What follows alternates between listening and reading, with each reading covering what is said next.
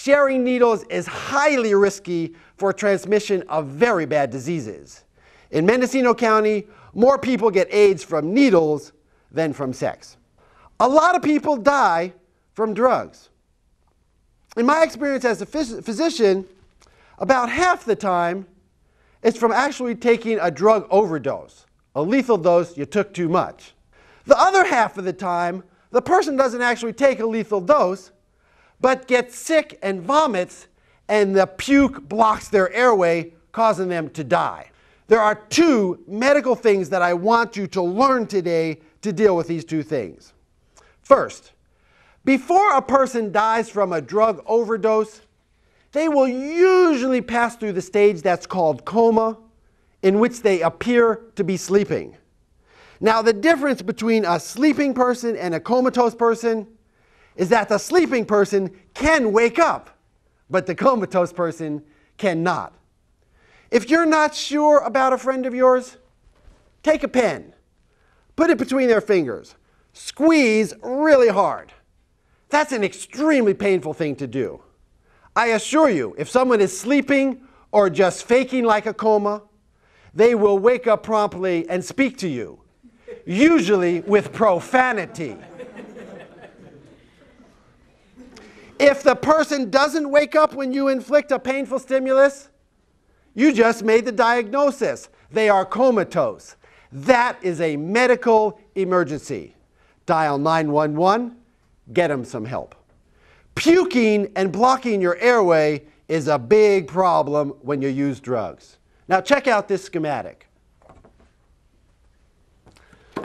In the back of your mouth, you got two tubes that disappear.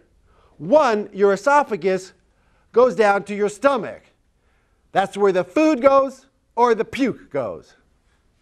The other is your trachea, which is your breathing tube and leads down to your lungs. In a very sophisticated neurologic process, every time we swallow or puke, the good Lord has arranged it that our flapper valve, called the epiglottis, lays down and covers the swallowing tube so food doesn't go down the wrong pipe.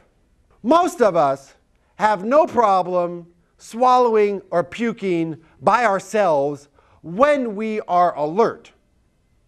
That's not true when we are drugged, because our gag reflex can be blocked and we are often clumsy and uncoordinated.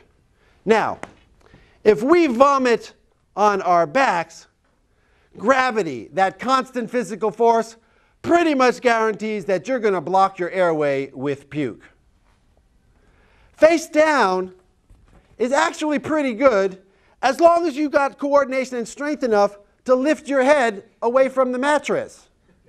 But unfortunately, the head is heavy. It weighs, for most of us, between 12 or 15 pounds. That's like a bowling ball.